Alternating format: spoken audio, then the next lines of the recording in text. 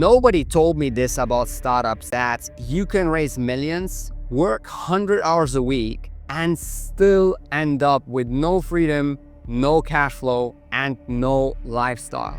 I learned it the hard way when I went through that. I raised $4 million for my startup. On the outside, it looked like I was winning. It was everything I thought I wanted. But in reality, I was exhausted, paying myself almost nothing, and had zero time to actually live my life.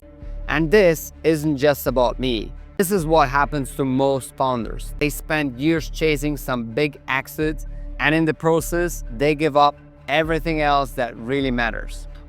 Let's first start with what keeps most founders trapped.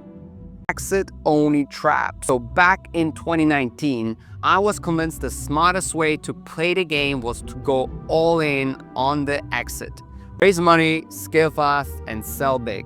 That was the plan, at least. But when your only goal is the exit, you give up everything else. And that's where I and many other founders go wrong. In these circumstances, even if you survive, the odds of hitting that massive exit are close to zero.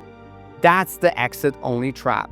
It looks glamorous, but it squeezes the life out of you and leaves you with nothing to build afterwards. Cash flow only trap. While we were building the CBD marketplace, people kept asking us for marketing services and, in particular, SEO. Everyone in cannabis and CBD needed it, so we started an agency. It was never planned, but it was just meant to keep us alive a little longer, and we wanted to use this cash to reduce the burn of the marketplace and extend the time before we had to raise again. But funny enough, this idea of the side hustle turned into a real business. Within months, the agency was generating solid cash flow, and for the first time, I could actually breathe. But agencies rarely sell for much. There is not a huge exit waiting at the end of the rainbow.